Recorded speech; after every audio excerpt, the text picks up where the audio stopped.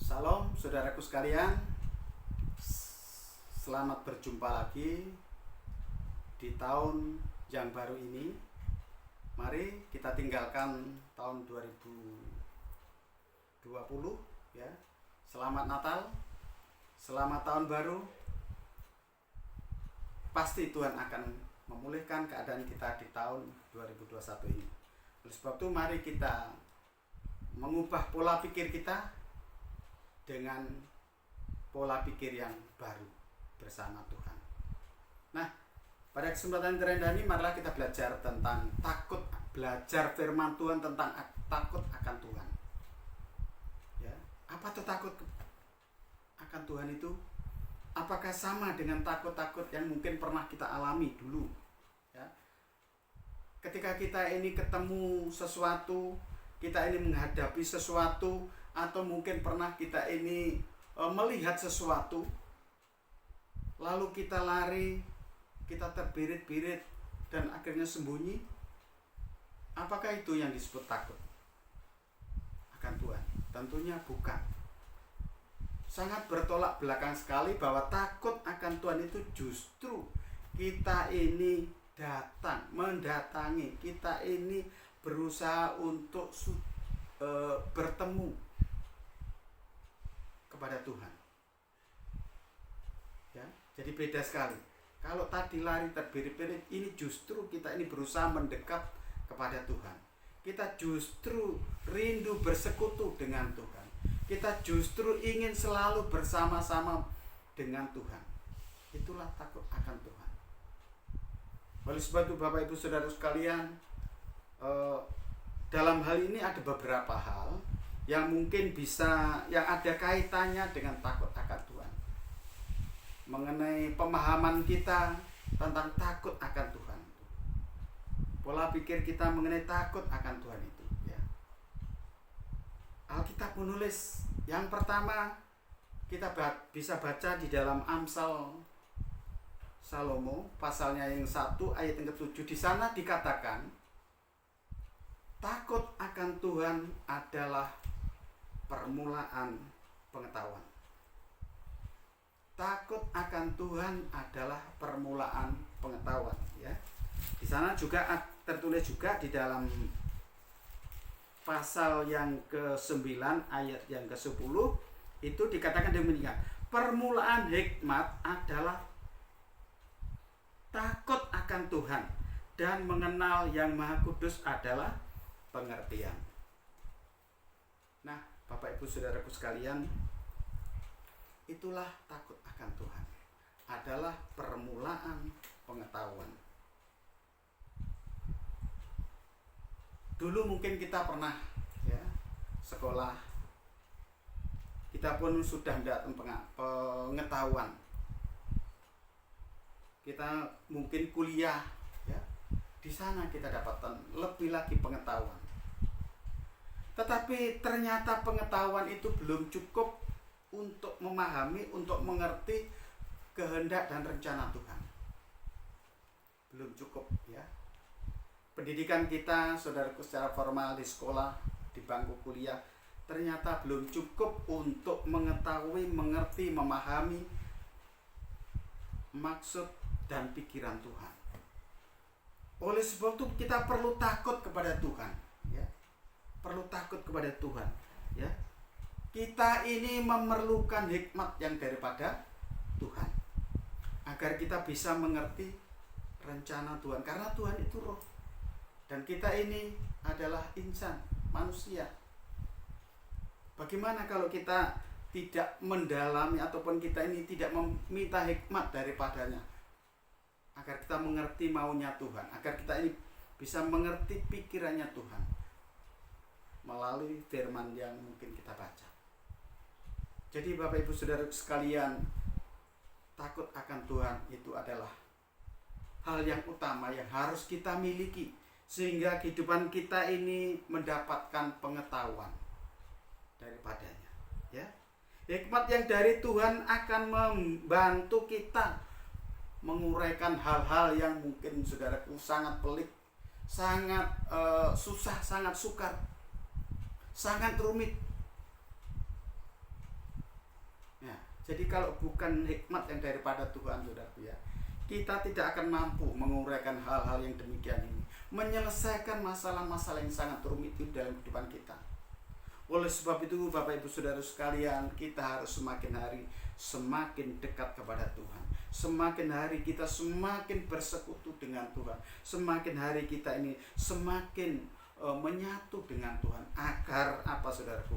Kita diberikan hikmat pengertian oleh Tuhan. Itulah pengetahuan, Bapak Ibu, yang harus kita miliki dari kehidupan kita. Oleh sebab itu syaratnya satu, yaitu takut akan Tuhan. Yang kedua, ya. Yang kedua di sini saya catat yaitu menjauhi kejahatan. Terdapat di dalam Amsal sana, saudaraku ya. Di dalam Amsal yang ke-16, pasal 16 ayatnya yang ke-6. Ya, pasal 16 ayat yang ke-6, dengan kasih dan kesetiaan kesalahan diampuni, karena takut akan Tuhan orang menjauhi kejahatan. Yang kedua, Bapak Ibu Saudaraku, menjauhi kejahatan. Orang yang takut akan Tuhan itu menjauhi kejahatan. Ya. Orang yang takut kepada Tuhan itu ingin selalu hidup berdekatan dengan Tuhan, hidup selalu ingin bersekutu dengan Tuhan, bergaul dengan Tuhan. Oleh sebab itu, saudaraku ya, kalau kita ini sudah senantiasa hidup bersekutu, bergaul, hidup bersama-sama Tuhan, ya, menurut rencana Tuhan, maka tidak ada lagi pikiran-pikiran yang mungkin membuat kita ini mau melakukan kejahatan lagi. Mungkin dulu, saudaraku, kita sering ya, karena kejahatan itu memang ada dalam kehidupan kita. Kejahatan tidak bisa, setiap orang, setiap manusia memiliki pikiran ataupun perasaan-perasaan jahat, ya. Dan kalau perasaan itu, Bapak Ibu Saudaraku, disentuh, maka akan segera bereaksi. Nah, akan segera bereaksi. Tetapi orang yang senantiasa hidup bergaul, bersekutu di dalam Tuhan, dekat dengan Tuhan, maka sekalipun disentuh, bahkan sampai digoyang, ingin rasa berbuat jahat itu sudah ditekan, ya, dimatikan, ya. Jadi syaratnya yaitu takut akan Tuhan. Maka kehidupan rasa ingin berbuat jahat itu sudah, ya, bukan kok tidak ada lagi, bukan hilang, tetapi dimatikan, ya, ditekan, ya. Lalu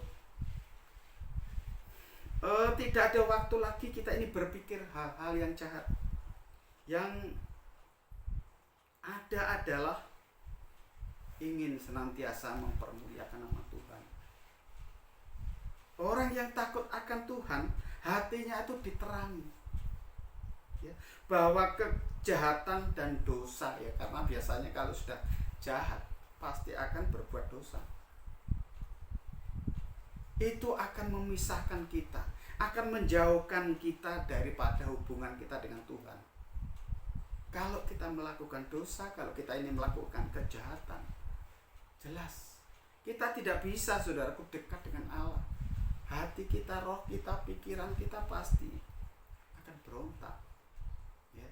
Kamu nggak layak, kamu nggak bisa hidup dua di dua tempat, terang dan gelap, nggak bisa, ya. Oleh sebab itu orang yang senantiasa hidup bergaul, ya, hidup bersekutu, hidup takut kepada Tuhan, akan Tuhan, pasti kejahatan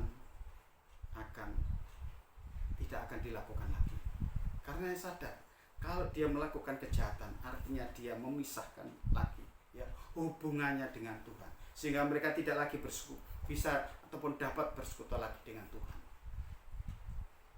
Nah, oleh sebab itu, Bapak Ibu Saudara sekalian, melalui pelajaran yang indah ini, mari ya, kehidupan kita di tahun yang baru ini ya, sudah ya, mungkin kita menemukan hal-hal yang sifatnya itu membuat kita ini hubungan kita renggang dengan Tuhan, melalui perkataan, melalui pikiran, melalui apa saja yang membuat mungkin kejahatan ya, dosa itu bekerja. Mari ya, kita buang dan kita hidup bersekutu saja dengan Tuhan. Kita hidup takut saja dengan Tuhan. Kalau kita hidup takut dengan Tuhan, maka segala perkara pasti Tuhan akan bereskan. Yang ketiga, Bapak Ibu Saudara sekalian, yaitu panjang umur. Ya, yang pertama adalah permulaan pengetahuan, yang kedua adalah menjauhi kejahatan, yang ketiga panjang umur. Apa artinya Bapak Ibu Saudara sekalian? Orang yang hidup takut kepada Tuhan itu panjang umur. Kenapa? Kok bisa? Ya, karena orang yang dekat dan hidup bergaul bersekutu dengan Tuhan itu, yang takut akan Tuhan itu, saudaraku ya, tentunya di sana suka memuji Tuhan. Tentunya di sana suka membaca firman Tuhan. Tentunya di sana suka berdoa. Artinya apa? Hatinya penuh dengan damai. Hatinya penuh dengan sukacita. Hatinya senang. Amsal 17 ayat 22 saya mengatakan, Bapak Ibu Saudara sekalian, bahwa hati yang gembira adalah obat yang manjur. Nah, kalau setiap orang yang takut akan Tuhan, yang selalu bersekutu tadi, hatinya senang, hatinya gembira, bergembira, tentunya imunnya pun bagus ya. Kalau imunnya bagus, kesehatannya bagus, saudaraku ya, mana ada sakit penyakit yang bisa ya mendekati. Artinya orang itu diberikan kesehatan. Artinya orang itu hidup di dalam hidup yang tidak berpenyakit. Kalau sehat, saudaraku, ya puji Tuhan, berarti dalam tubuh kita, organ tubuh kita, onderdil tubuh kita ini tidak ada yang sakit. Kalau tidak ada yang sakit, saudaraku ya, tentunya ya tidak mudah jatuh, khususnya tadi, saudaraku ya. Walaupun Bapak Ibu Saudaraku jujur ya, di dunia ini sebenarnya tidak ada orang yang ingin mati, segera mati, gitu, nggak ada sebenarnya, saudaraku ya. Kalau orang normal pasti akan rindu panjang umur, awet ya, saudaraku ya, awet hidup. Contohnya, saudaraku ya, kalau sakit segera beli obat, kalau tidak ke dokter ya berarti kan takut mati, saudaraku ya. Nah, oleh sebab itu Bapak Ibu Saudara sekalian, untuk supaya hidup ini diberikan oleh Tuhan seperti kata firman-Nya ini, panjang umur, Bapak Ibu Saudara sekalian ya. Di dalam, coba kita baca saja sebelum ya, di dalam Amsal 10 itu dikatakan demikian ya. Takut akan Tuhan memperpanjang umur, tetapi tahun-tahun orang yang fasik diperpendek. Nah, takut akan Tuhan kembali, Bapak Ibu Saudaraku ya, kuncinya hanya takut kepada Tuhan itu akan memperpanjang umur. Tetapi orang yang fasik, orang yang tidak mau dinasihati, orang yang menurut maunya sendiri, umurnya diperpendek. Banyak orang, Bapak Ibu Saudaraku ya, oleh karena tidak berani menghadapi segala sesuatu, oleh karena tidak bisa menerima keadaan kondisi ya, mereka bunuh diri banyak. Ya karena orang fasik tidak pernah menerima didikan, pengetahuan yang daripada Tuhan tadi, dan hidupnya tidak takut, saudaraku ya. Daripada hidup yang demikian lebih baik mati. Itu. Tetapi orang-orang yang takut akan Tuhan, hidupnya akan dipelihara, hidupnya akan senantiasa disertai sehingga menjadi panjang umur. Coba perhatikan Bapak Ibu Saudaraku, saudara-saudara kita di gereja ya, Bagaimana orang-orang yang takut kepada Tuhan, yang senantiasa hidupnya mendekat kepada Tuhan, ya, sampai putih rambutnya, saudaraku ya, Tuhan tetap menggendong dia, menyertai dia, menuntun dia. Luar biasa kan, saudaraku ya. Oleh sebab itu ya, saudaraku ya, sekali lagi kuncinya harus takut kepada Tuhan. Orang yang takut kepada Tuhan itu, saudaraku, hidupnya selalu mendekat, bersekutu, ingin selalu bergaul dengan Tuhan. Ya. Agar apa, saudaraku ya? Dipelihara oleh Tuhan, diperhatikan oleh Tuhan. Orang yang takut kepada Tuhan itu, ya, diperhatikan oleh Tuhan. Ya. Di dalam Mazmur ya, pemazmur ya, saudaraku, itu menulis, saudaraku ya. Mazmur pasalnya yang ke-33 itu menulis demikian ya. 33 ayat yang ke-18. Sesungguhnya mata Tuhan tertuju kepada mereka yang takut akan Dia, Tuhan artinya ya, kepada mereka yang berharap akan kasih setianya. Sekali lagi, saudaraku, kepada mata Tuhan itu tertuju kepada orang yang takut akan Tuhan. Haleluya. Bukan takut kepada sesuatu, masalah, mungkin saudaraku ya, hantu dan lain sebagainya, tidak. Tetapi orang yang takut kepada Tuhan. Dikatakan apa, saudaraku? Akan dia, sesungguhnya mata Tuhan tertuju. Nah, kalau tertuju, kita ini diawasi, kita diperhatikan oleh Tuhan. Jadi tidak dibiarkan berjalan sendiri, tidak. Orang yang takut kepada Tuhan itu Tuhan mengawasi ya. Tuhan menyertai, Tuhan menuntun dan membimbing. Haleluya. Ya, di dalam ayat yang terakhir, Bapak Ibu Saudaraku sekalian, di sana ada yang 45 ayatnya yang ke-19. Ia melakukan kehendak orang yang takut akan Dia, mendengarkan teriak mereka yang minta tolong dan menyelamatkan mereka. Mereka yang takut kepada Tuhan. Ya, saudaraku, di sini katakan ya, Tuhan itu mendengarkan teriakan mereka, minta tolong mereka. Ya, Tuhan tidak memalingkan muka, Tuhan tidak menutup telinga, tidak. Tetapi Tuhan mendengarkan teriakan mereka. Haleluya, saudaraku ya, luar biasa. Jadi takut akan Tuhan itu sungguh-sungguh, saudaraku ya, menjadi gaya hidup kita ya, harus menjadi gaya hidup kita sebagai orang-orang percaya. Kenapa? Ya itu tadi, saudaraku ya, takut akan Tuhan itu ternyata membawa kita ini semakin hari semakin dekat kepada Tuhan. Dan saudaraku, hidup kita ini bukan hidup yang lama lagi, tetapi hidup yang baru bersama Tuhan, di dalam Tuhan. Yang lama sudah berlalu, sekarang yang baru timbul terbit ya. Hidupku bukan aku lagi, tetapi Kristus yang hidup di dalam aku ya.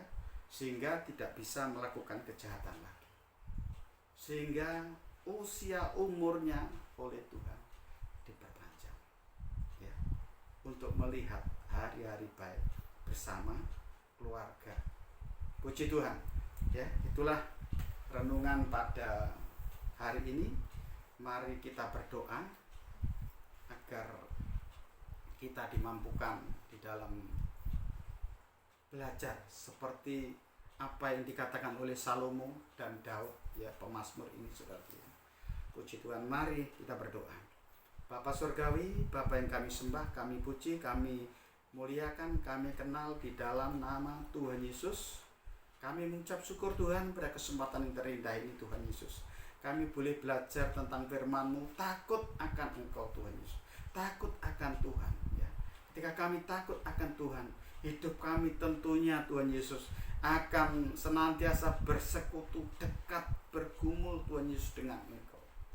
Senantiasa ada hubungan dengan Engkau, Tuhan, sehingga kehidupan kami dituntun, dibimbing, disertai. Haleluya Tuhan, terima kasih. Biarlah Tuhan Yesus pengetahuan ya, itu ada dalam kehidupan kami, karena kami tidak mampu Tuhan Yesus untuk melakukan, untuk memutuskan, untuk membuat segala sesuatu itu selesai Tuhan, tanpa hikmat yang daripada Engkau. Oleh sebab itu kami meminta Tuhan, memohon, haleluya, permulaan pengetahuan itu ada dalam kehidupan kami. Juga Tuhan Yesus, kami menjauhi kejahatan Bapa, karena kejahatan itu akan membawa kami ke dalam dosa.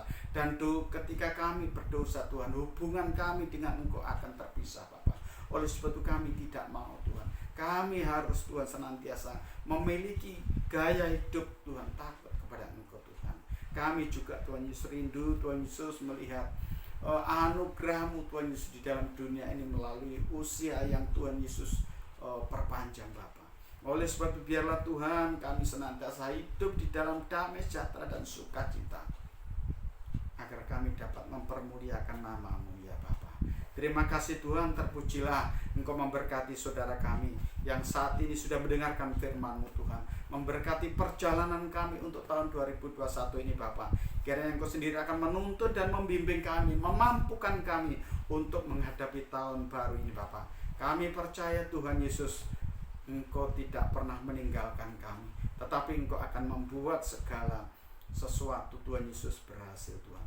Terima kasih, terpuji nama-Mu. Inilah seru doa permohonan kami, hanya kami alaskan di dalam nama Tuhan Yesus. Haleluya. Amin.